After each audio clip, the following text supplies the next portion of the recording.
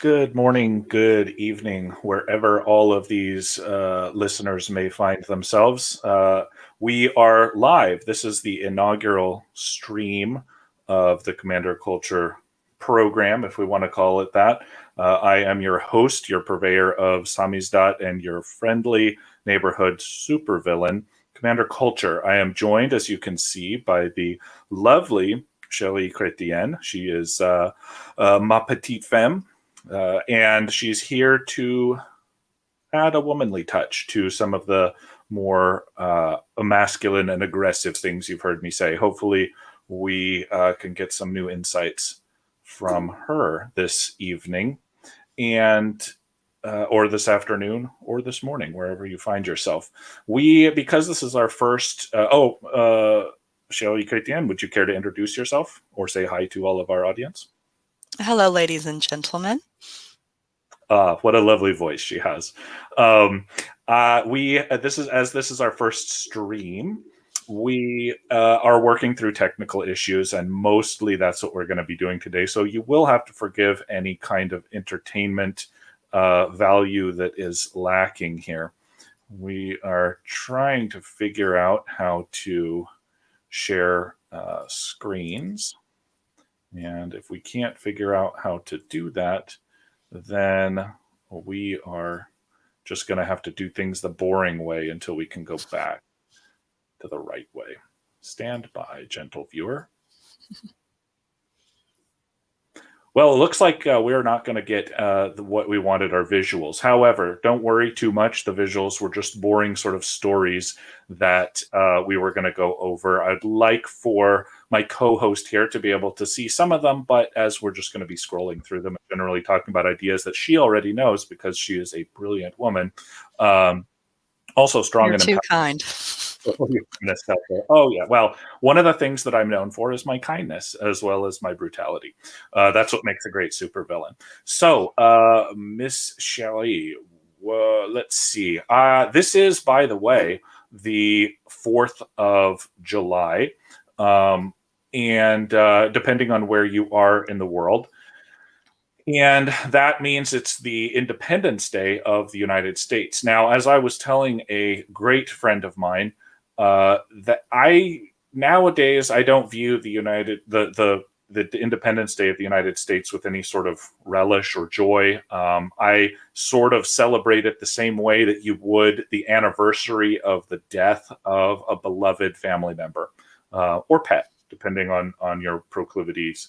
And I felt that way for a while.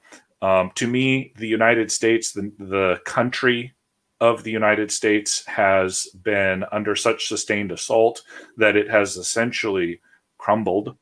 And putting the pieces back together is still a possibility. However, as you know from my other productions, I'm much more interested in saving Western civilization as a whole intact going forward into the future than one individual country, no matter how strongly I may feel about that one country. So the United States had a very good run. It was the light of the world for a very long time. It has been conquered by foreign influences and malign influences, and sometimes those two overlap. But the people, many of the people, the heritage Americans are still strong. What you may not know about me, what you may not know about Cherie, is that both of our families go back to the founding of the country. That's what is and should be referred to as heritage Americans. Many of you listening can also trace your family back to the pioneer days, to the founders, to the settlements, to the movement west, all of that. And that is the kind of people that the United States was created for. It says right there in the Constitution that all of those rights, all of those privileges that the founding fathers fought to secure against tyranny were reserved for the founding members and their posterity, which means their children. It doesn't mean certain people who happen to come later and live in a geographical area. It doesn't mean people who hold a certain passport. It would any more than holding a Korean passport would make me a Korean. This sort of logic, although widespread, is absurd, and it's dangerous. Frankly, it's poisonous, and it has poisoned much of America to the point where now, of course, you have the conservatives, lowercase c, types saying, well, there's a conservative case to be made for transsexuals in girls' bathrooms. There's a conservative case to be made for the United States being overrun by third world barbarians. There's a conservative case for the destruction of all of Western civilization. And these sorts of ridiculous, asinine, mendacious, and stupid comments that come from the purported leader class of the people who still want to actually be American. You guys may have seen and heard the New York Times article that said, essentially, if you love the American flag and you display it, you are a right winger. If you don't, then you are, I don't know, a true American. You're a leftist, and the founding fathers should bow down and kiss your shoes out of gratefulness for your inherent diversity. I don't know. It's sort of, because I view it as sort of a funerary day, a funerary rite. The 4th of July, Independence Day, has a somber and sort of a bitter tone for me. But I don't want to necessarily rub that off all on everybody else. Cherie, how do you feel about that? I would agree with pretty much most of what you've said. Um, when I think of the 4th of July, I think of, those centuries ago, and especially what took place at Fort McHenry. And now it's seems that, such as the life of a republic doesn't last, as long as many might think. And if you look around the nation today, I've seen videos where a gentleman, I won't say any names, was going around asking people questions about, our history, and many of them could not even answer a simple date. So that goes to show you just where we're at. Mm-hmm. Mm-hmm. There's, some people might say that, oh, well, dates are just minutia, and this and that, but they're really not. If you were in a marriage, for example, or if you were the parent of a child, and somebody asked you, "Oh, when did you get married?" and you went, "Oh, I don't know. It's just a date." People would rightly regard you as an oddball, at very best, and probably someone who might not be suited for matrimony in the first place. If somebody asked you, "Oh, such a cute baby, when was he born?" and you say, "Oh, I don't know. It was cold outside when it happened, but dates don't really matter to us." People would not probably associate very much with you after that, and it's the same with dates in history, especially dates of a nation that became a country, which is America. When did these things happen? Why did they happen? How did they happen? Fort McHenry, I think that was the Francis Scott Key Mm-hmm. event. Yeah, that was in the War of 1812. That was the continuation of our revolution, sort of trying to bring Canada into the fold. Let's put a nice spin on it. And we failed miserably. But that is what America does. They try Mm-hmm. and then they fail miserably. And now we have fallen completely flat on our face. The first news article I want to get to is an older one, but it leads into a lot of other things. This one was from last year, late last year. But you guys may remember that West Point, the military academy, the Army, officer training school, was mired in a cheating scandal where they wanted their athletes to pass classes, and so they cheated on tests and other things. Not physical tests, no, mental tests, because apparently, to be an officer in the United States Army, it's okay to be a drooling idiot, but it's not okay to not be a jacked up lineman. Um, So, and not the Johnny Cash type of lineman. I'm talking about the football kind of lineman. The and this is, I think, it's not just a one-off sort of thing. You guys all may remember as well the picture of that uh, moron communist guy who got in to West Point and was holding those signs in secret and grinning like an idiot, saying, "Oh, we're going to win, he he he he," and somehow, I think probably on other charges, he was dismissed or his cadetship was revoked, and none too soon. But the same thing should have happened in this cheating scandal, and it wasn't. These guys were given small penalties and moved on, and then they became Army officers, because nothing says Army officer like violating honor codes and you know not being able to follow an established basic college curriculum. I'm not sure what tests these were. I think they might have been math tests, but we all know maths is hard. And why should Army officers, especially people who are going to be calculating artillery trajectories and logistical actuaries, why should they be able to manage numbers, right? And this leads into a larger point, and I'll let Cherie jump in here in just a sec. But we saw frankly, an embarrassing display by the leader of the United States military, a top general. I can't remember his godforsaken name or his godforsaken rank or what shameful branch of the U.S. military he purportedly served, but he was testifying in Congress about how important that it was for military officers and military personnel to mire themselves in critical race theory and in anti-American, pro-communism, pro-communist rhetoric and thought and philosophy. And, of course, on its face, it is illogical and stupid. This is why I don't sit in Congress, because I would have asked the admiral, okay, so you want to read, Ta-Nehisi Coates' thoughts about white people to understand white people. Why not read what white people have to say? Does your reading list also contain, Jared Taylor?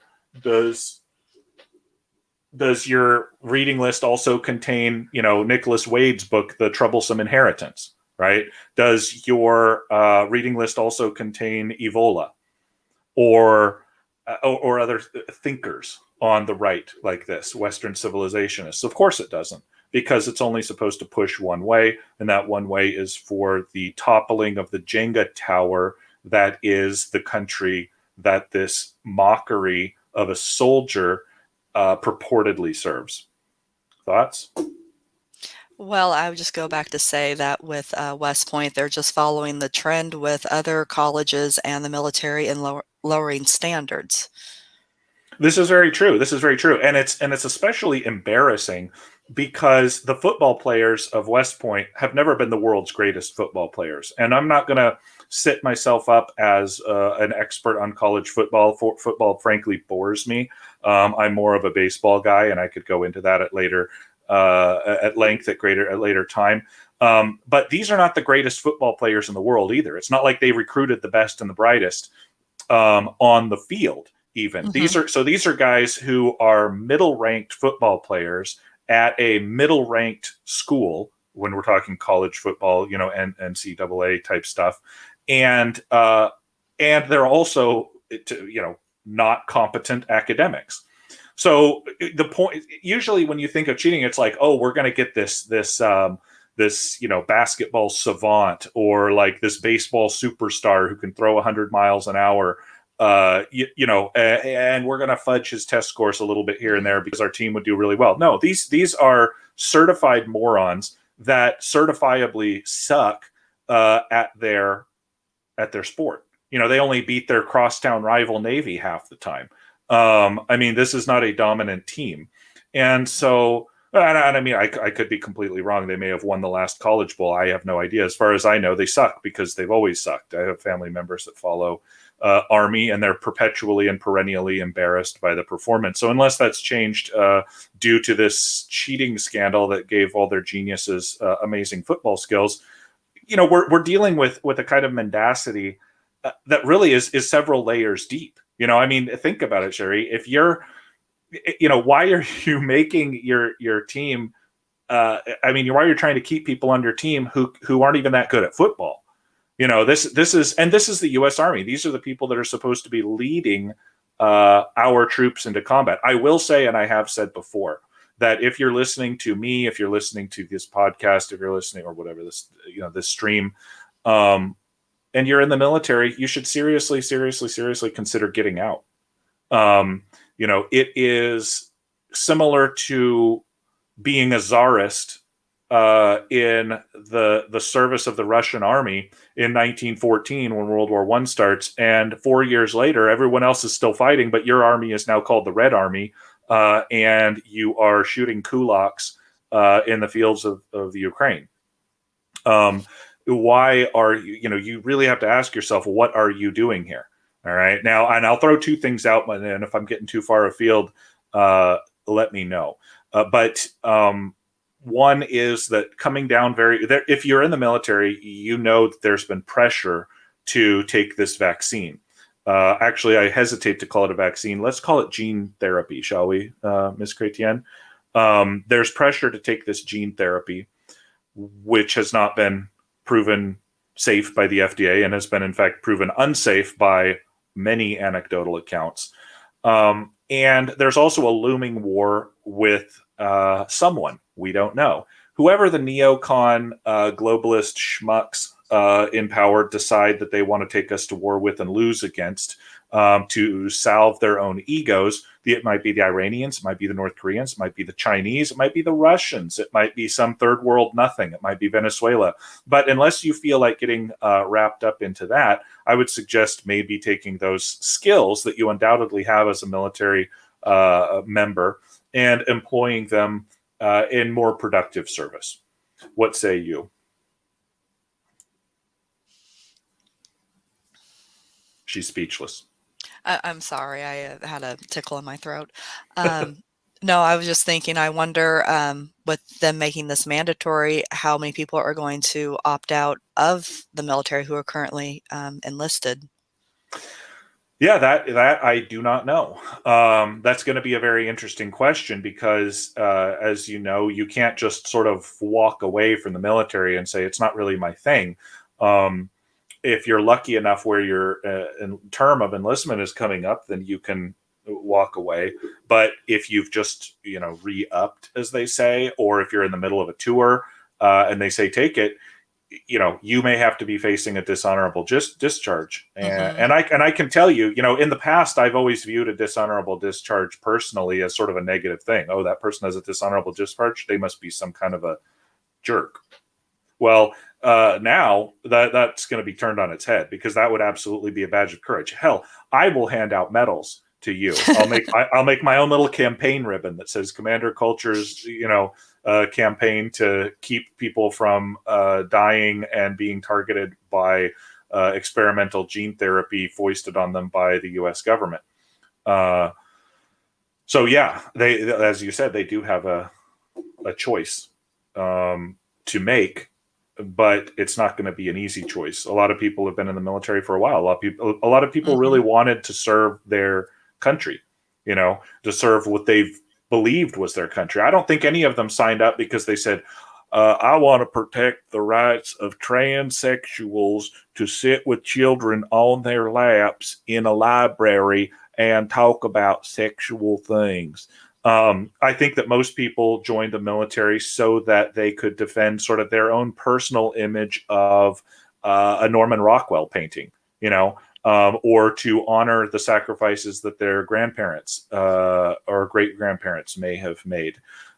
But they certainly didn't sign up to follow the mission that the U.S. military is currently following, which is why it is logical that they should maybe think about doing something else.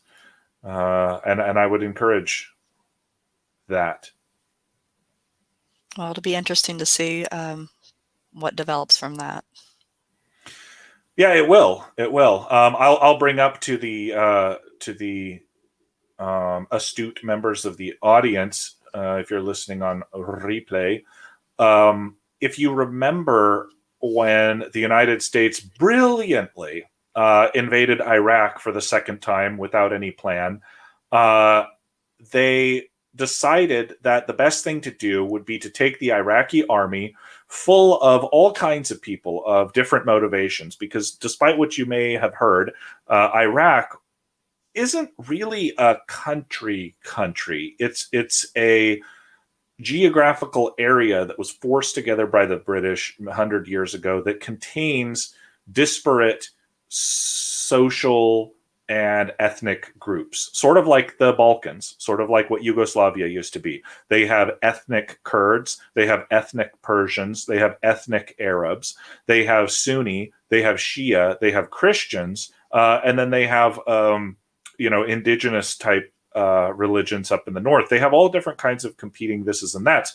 And part of the genius, I guess you could say, of Saddam Hussein was being able to terrorize all of those people into working as one. And when we kicked in the dusty door and the shack came collapsing down in on itself, we had a couple of options. We could try to maintain that same cohesion that Saddam Hussein had maintained using various means, maybe not as brutal as his. But what we decided to do was to take the army and disband them. Go home. Give us what weapons you have. Wink, wink, nudge, nudge. And go away. And we never want to see you again. And by the way, we're going to be taking over your country. And when that happened, most of the leadership and skilled members of the Iraqi military, many of whom were trained in the Soviet Union, many of whom were trained by the United States itself, melted into the deserts and the cities. And then we shall say they made it their mission to make America's mission in Iraq difficult. And they were quite successful. And so, because the geniuses like that schmuck that sat in front of Congress the other day don't understand history and couldn't do anything more complicated than tie their shoes or iron their shirt, they don't understand that by pushing people out of the military who were skilled and motivated, and by bringing in the mentally ill and the weak and the sick and the inable, they are making their own mission impossible to fulfill further on down the Mm. line. And that just gives commander culture all that more hope for Western civilization, because it will not have for much longer the United States military trying to tear it down from the inside, because that's what I believe that currently the United States is doing with its military. It's been doing it for a long time. You can go back to propaganda posters Mhm. from Germany in World War One, and it shows the United States sort of being this destructive, giant lumbering all over, destroying traditional cultures everywhere, and that's what we've done. We've toppled not just backwards, primitive, third world dirt cultures in Afghanistan and Africa and other places, but we've destroyed monarchies. Like the Austro-Hungarian Empire. We've destroyed traditional hierarchical systems like they had in Persia, or like they had in places in Central and South America. And it's really quite sad to see that the country that my forefathers founded has become a dangerous monstrosity, dangerous to Western civilization and all that my forefathers held dear, and that I hold dear, and that I believe holds the only promise for human beings to move forward as a rational, scientific, progressive, with the proper meaning of that word, species, where we will be able to save ourselves destruction by moving to the stars and securing our future there. Well, that's a mouthful, isn't it? What do you have to say? Well, you never disappoint. Um, well, several things actually. I would say that with I can remember that being like one of the first memories I have when it comes to the U.S. being engaged overseas was, well, really the Persian Gulf, but with Iraq, I remember the news, the propaganda calling Saddam Hussein sadly insane. And I'm still wondering, like with Bush, where are those weapons of mass destruction? And how long are we be guarding these poppy fields and whatnot? It's what they say, where empires go to die.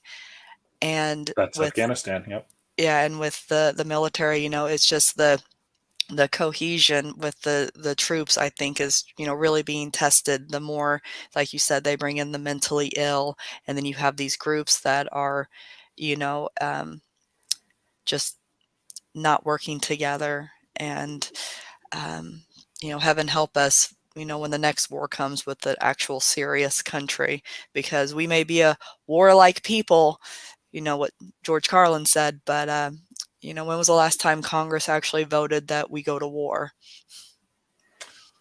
Yeah, it's been quite a while. World War II, in fact, Mm. and even that was a contrivance, as the war itself, just like with World War One.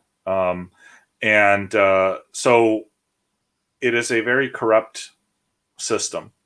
Um, I remember, it was, I didn't hear sadly insane. I remember people were wearing T-shirts that said "so damn insane," um, Mm. and just like this and that. And in my experience, so I had kind of a unique experience with that because I spent part of my time in the United States during the lead up to the first Gulf War in 1991 and in 1990 and 91, and then part of that time in Great Britain, and seeing how Americans reacted to sort of this fervor for war, and how the British reacted to it as they were sort of being drawn into it by their lapdog politicians. I think it was John Major was the prime minister at the time, and it was quite different, And so when I came back to the United States, and everyone was like, "Yeah, yeah, war, blah, blah, blah, this," and the British had been saying, "This is a bunch of cowboys acting stupidly."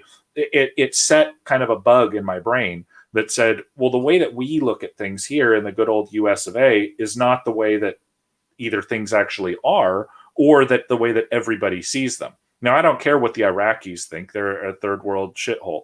I don't care what Afghanistan thinks, or Nigeria thinks, or Bolivia. But I do think that it's important, as a brother of Western civilization, a cousin nation, if you will. It's important what Britain thinks. It's important what Germany thinks. It's important what Croatia and Estonia think. And so we have to sort of see ourselves through that lens as a civilization, because that's what it's going to be going forward. We are under attack, right? With the attack is from far Vladivostok all the way to the edge of Alaska, down to the southern coasts of Tasmania, all the way up to Barrow, Alaska, and it's Western civilization that's under attack. All of the elements of the Magna Carta that they want to destroy, all of the elements of the Declaration of Independence and the Constitution of the United States, and of Shakespeare and of Michelangelo, and of that kind of progress. And we have to resist it. We have to resist it. Um, That's the real war worth fighting for right now. Our founders wanted us to be, non-intervention with other countries, just to worry about ourselves. And, that sounds like a pretty good idea to me.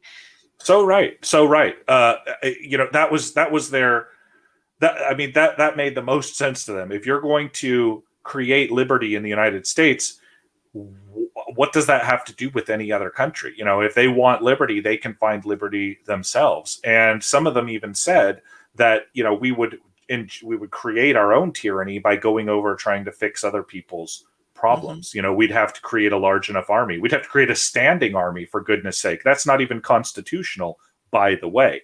The United States military, army, I should say, is not actually enshrined in the Constitution the same way that the Navy is.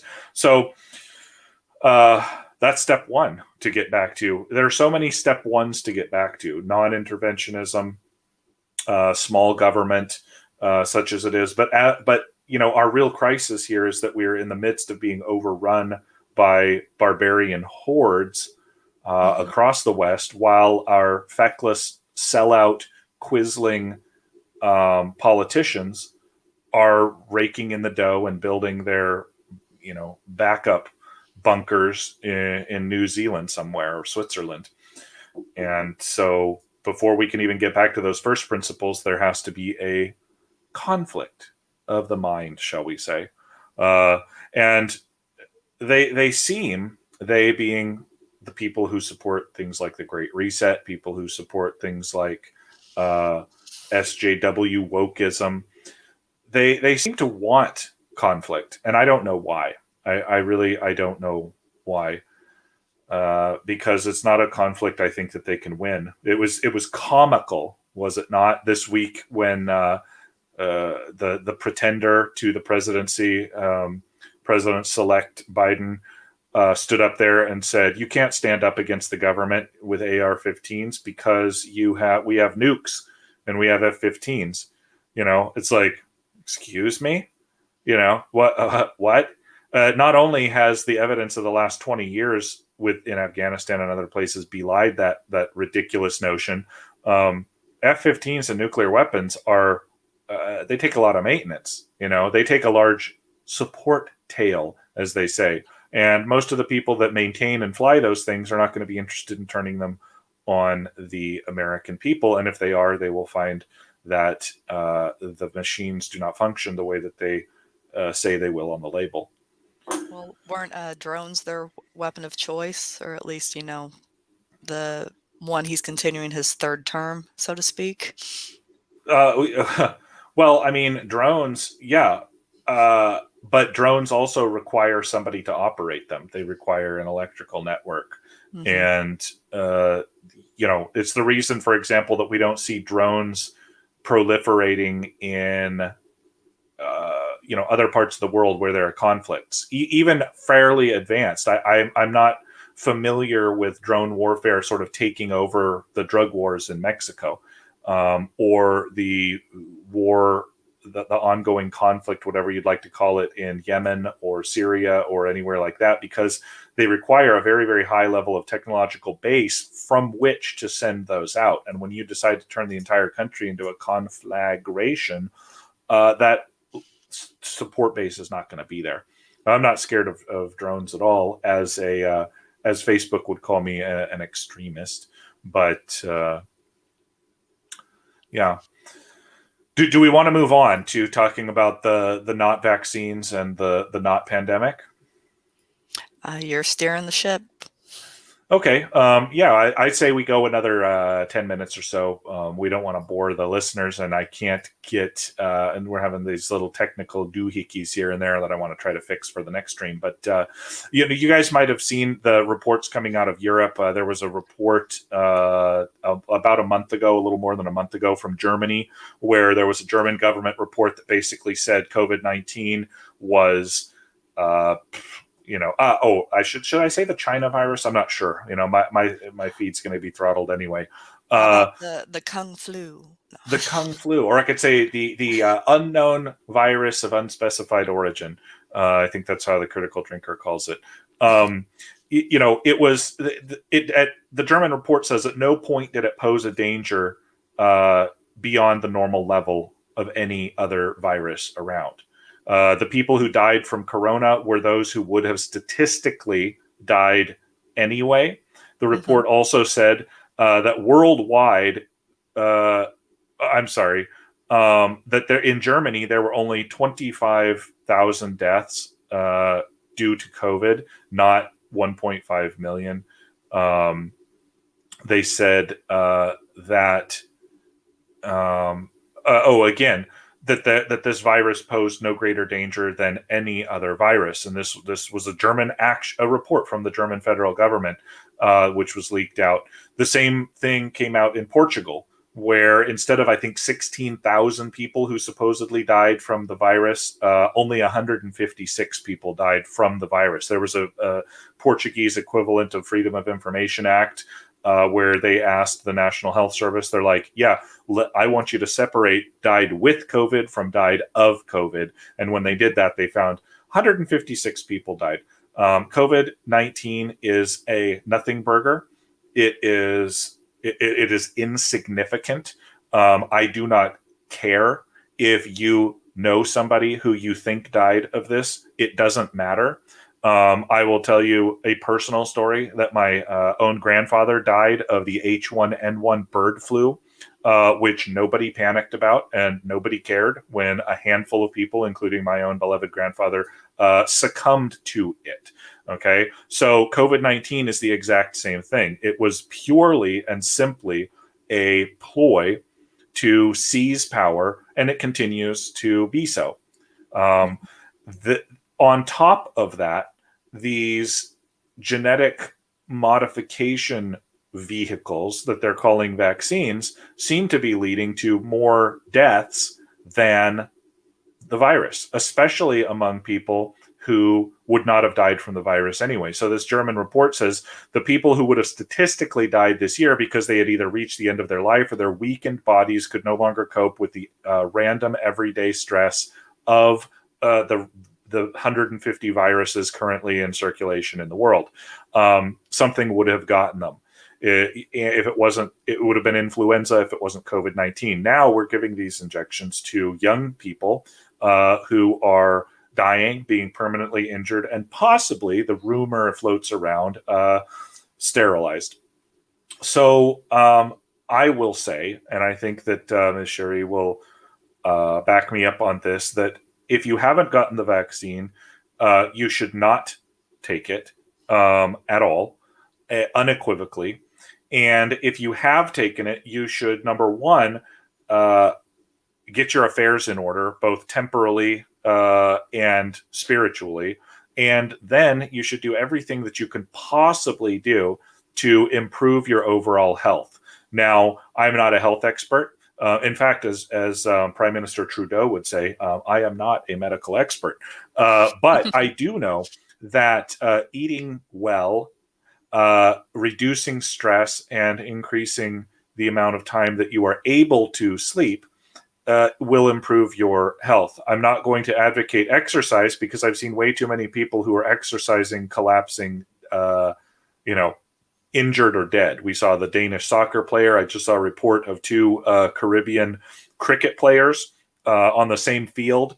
And cricket is not exactly a high intensity sport. It's kind of like baseball where it's more cerebral. And but this is not good. So that is my advice. I also advise you to suggest to your friends and family members that they not get this as well. Most people, by the way, I will tell you, most people are not getting this vaccine. Quote. In Australia, I saw a study or a report that said that only 8% of Australians have gotten that shot. And this is much lower than America, but then Americans are much stupider than Australians, I think, probably by and large. Although I don't know exactly why or how that is. But this is the thing. So if you believe, because you're seeing on the news and you're reading that, well, everybody's getting it, or I have to get it for work. No, you don't. It's better to quit. I mean, unless you're suicidal or something. I mean, then by all means, or unless you enjoy partaking in dangerous medical experiments. There are those kind of people, but usually those people are very, very well paid, and they're also sitting in the experimentation ward of someplace like Johns Hopkins or the Mayo Clinic for platinum medical care while those trials are ongoing. You, in fact, are not. You're sitting in your car, driving through a Walgreens, getting something that you don't even know what it is injected into your body. So if this hasn't completely killed my stream, then I don't know what has. But at this point, I don't really care because there are other alternatives. And and I just need to speak the truth. I am, after all, a supervillain, and so I do not care about the reprobations or approbations of the world at large. Is that not true? That is true.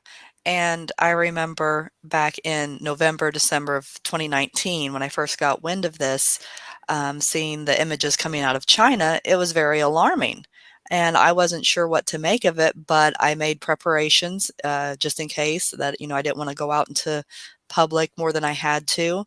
And after about, 4 months, well into the spring, seeing how, it came to the States and was spreading and all this, but, nobody I knew was getting it. Um, and like you said, a lot of people that did, well, we know what happened, like the nursing homes in New York and whatnot, but it was people that could have been taken out just by the flu itself. Um, and so as we've seen this past year with reports coming out on, the mask wearing, yay or nay, and um, that's a whole nother, mental gymnastics thing right now with the population. I think I'm just ready for it to be over, but I'm afraid we've still got a ways to go, especially with people waking up to see that, this isn't the bubonic plague. Right. It's not even the cold. You know. Mhm. I mean, it's absolutely nothing. You know.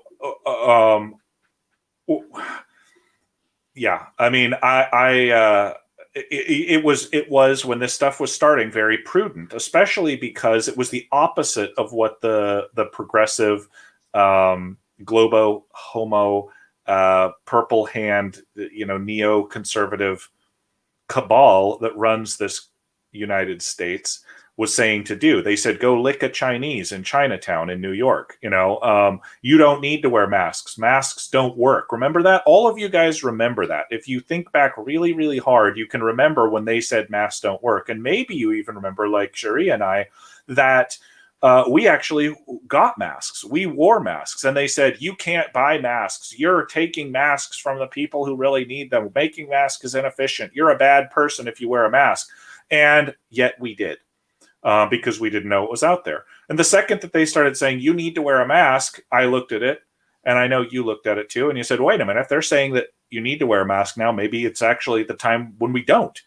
And Mhm. so, whatever it is that they, with a capital T, are saying, you need to do the exact opposite, or at least be aware that what they are saying is a 100% complete inversion of the truth.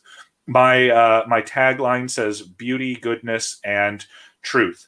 I don't know where the goodness comes in. Miss Cherie fulfills the beauty of this channel, and I try to speak to the truth with a capital T. There is an objective, actual, real truth in the world that can be known, that can be discerned through logic, through reason, through faith. And there is the inverse of that. And that is what we see. That's what currently rules us. I'll bring up one last thing here, one last piece of news. And I know we went over this earlier, Ms. Cherie. The parents, the group of parents in Gainesville, Florida, who were concerned about the potential harm from masks, they sent their kids to school, public school, with masks, and they brought them back and they sent them to a lab for analysis of what these masks would find after being worn in a public school, and they did not find any COVID, oddly enough. They did, however, find, and I'll just read some of this stuff off, streptococcus. They found tuberculosis. They found meningitis. They found sepsis. They found keratitis.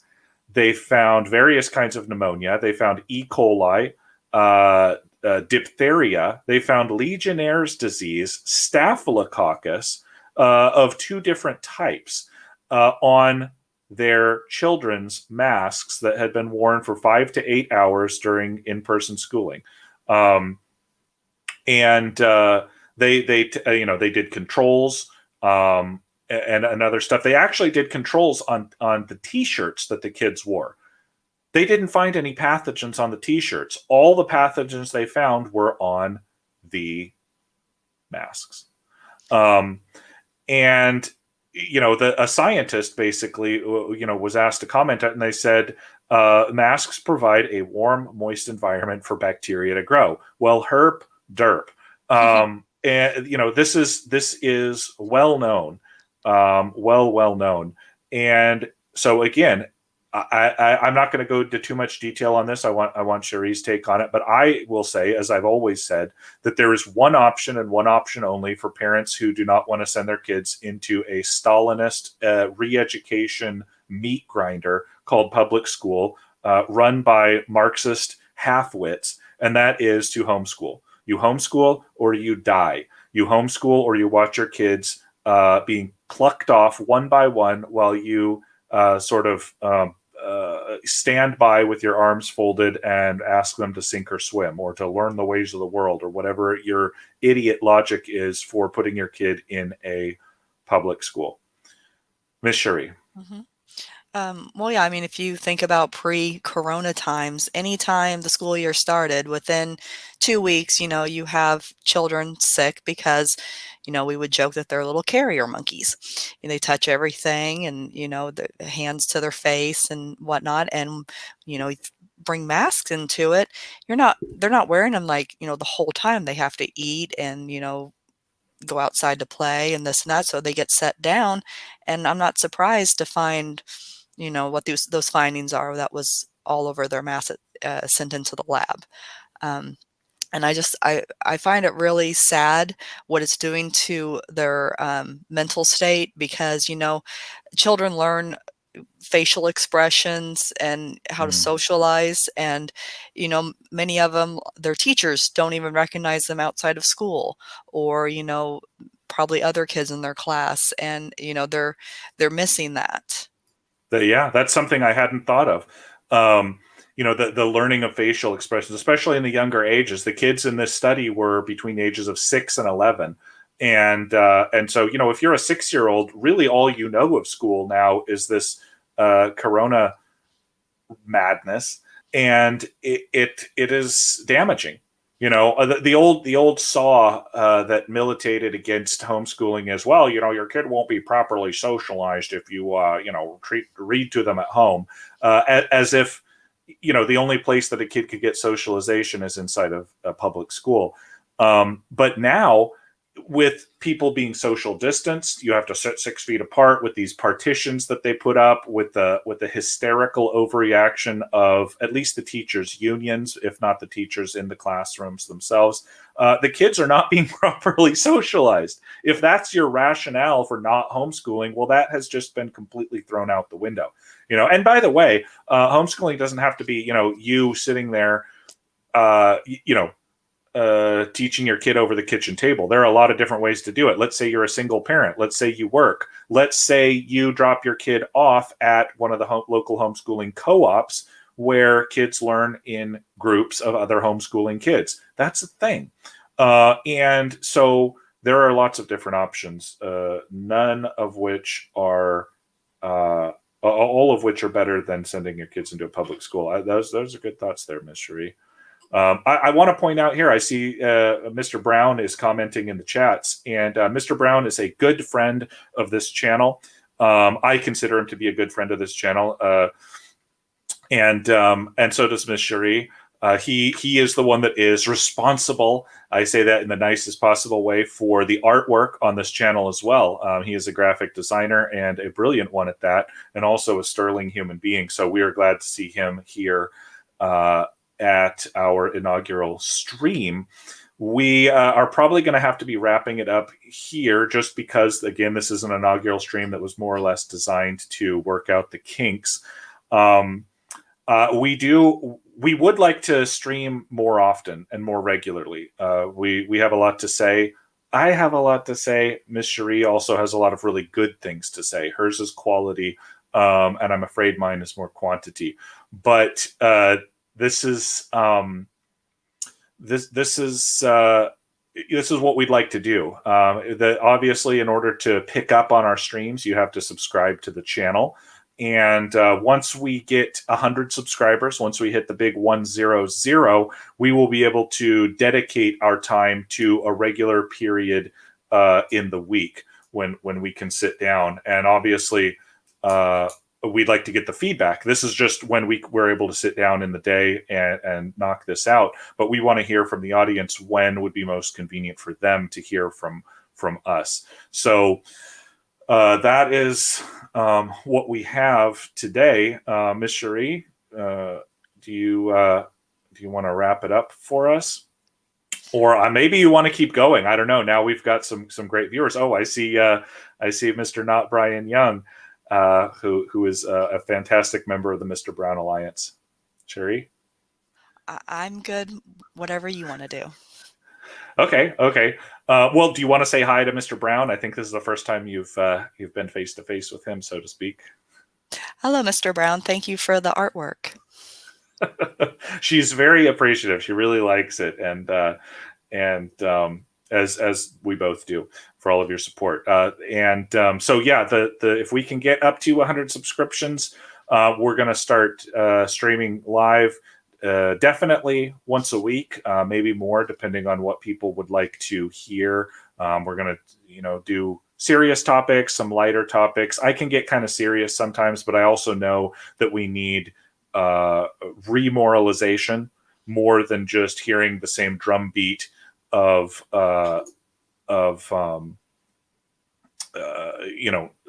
negativity, I guess, if you want to call it that. And so let me see. We are where would I hold on. Give me just a sec there, Mr. Brown. I am going to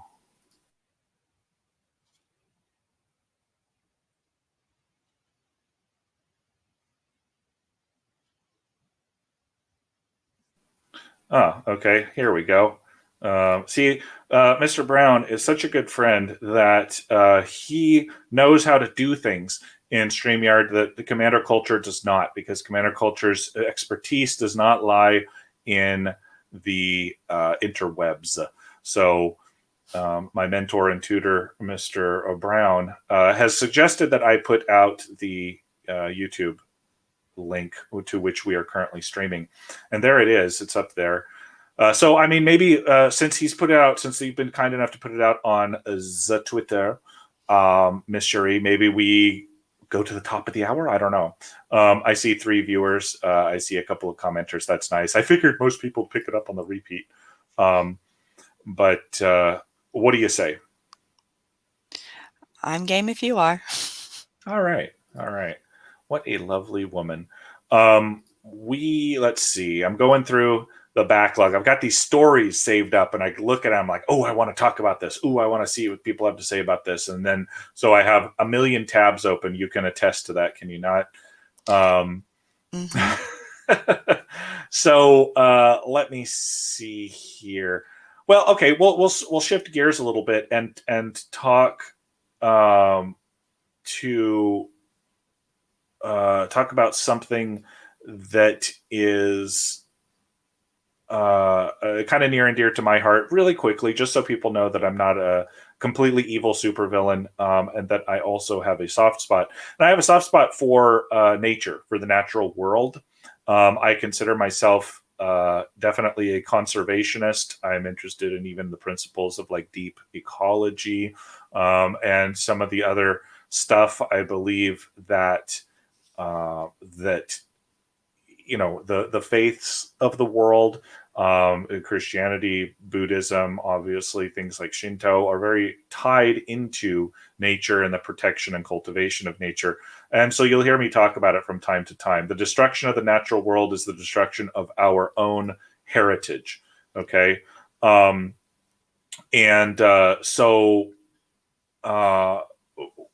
It breaks my heart to see things like, we've got this. I haven't followed the news today, but there's some sort of an oil spill in the Gulf of Mexico. Let's see here, dump my mic. That's causing all sorts of trouble. And there's a story that sort of jumped out to me a few months ago from Australia. It says that an endangered Australian songbird is losing its song. And what scientists have found out is the reason that this bird is endangered is because of habitat encroachment. And as that happens, um, the families of these birds get further and further apart. Just like how humans teach their children to speak, and humans who were raised not by other humans, but by like wolves or in the forest or something, don't know how to talk properly, these songbirds don't know how to sing or how to recognize that it's one of their own species that is singing unless it's something that they're brought up to learn. They don't learn mating calls. So you have these singing birds singing very, very complex tunes, and no female bird understanding what they're singing. Or you have male birds singing very, very simple songs because all they know is, well, if I make sounds, then it feels like like a girl bird's going to come over and we're going to, be in love forever and ever. And so they sing these really simplified songs, and the girls just don't come around because they aren't even aware that they're being wooed. So these birds, they're called regent honey eater birds. Their population is declining even more because of the inability to mate, even though they can find themselves in the same region. So this and that's just one more consequence of deforestation, of especially human encroachment. This is one reason why I am very against widespread immigration as it's become in the 20th and 21st century, the large movements of people from one place to another, because it displaces nature. It goes against the normal sort of growth of the human population that would just come from regular mating, right? We can only produce 3 or 4 or 5 or at best maybe 12 kids if we're really, really working at it. But we can invite in tens of millions of people from Guatemala or from Algeria or from South Africa. So we really have to check that impulse. By check, I mean stop. To invite that in, because it means the destruction of our natural world. When I was a youngster, the Sierra Club was a great environmental organization, and one of their planks was the opposition of immigration, because specifically they said it brought in people who didn't have the same ethos of conservation, people who are likely to litter, people who are not interested in conserving all of the water or energy or natural resources like wood and oil that they can.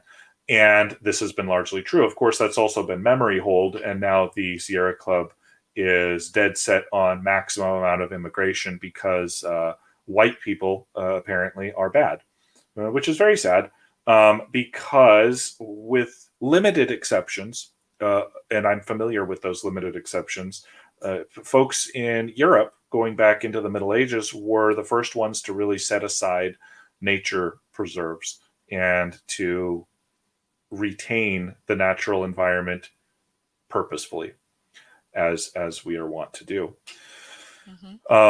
So isn't that sad about those birds, Cherie? The birds, and also ripped to the white rhino. Didn't the last one die? Yes, one of the there. I think there were 2 subspecies. We were going over that story earlier, and yeah, it was.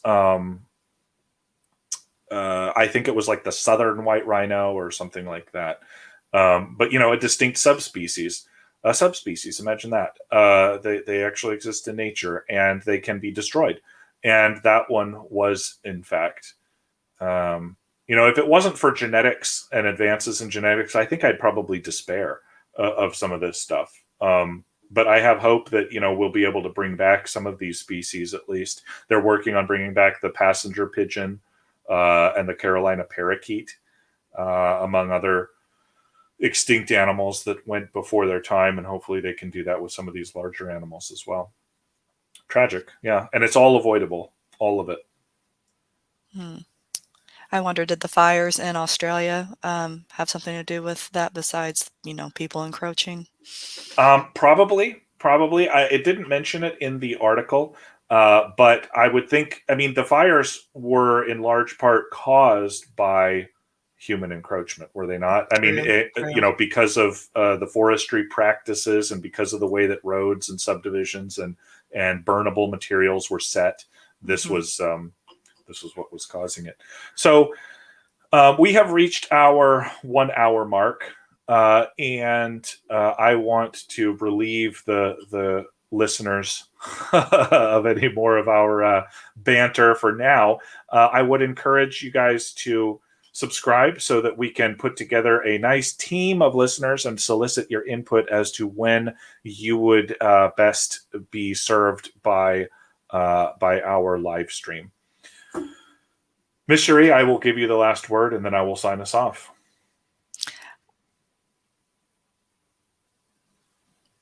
I'm not really as good as you are when it comes to, the gift of gab, but I will say thank you to all who have tuned in with us and who may listen to this later.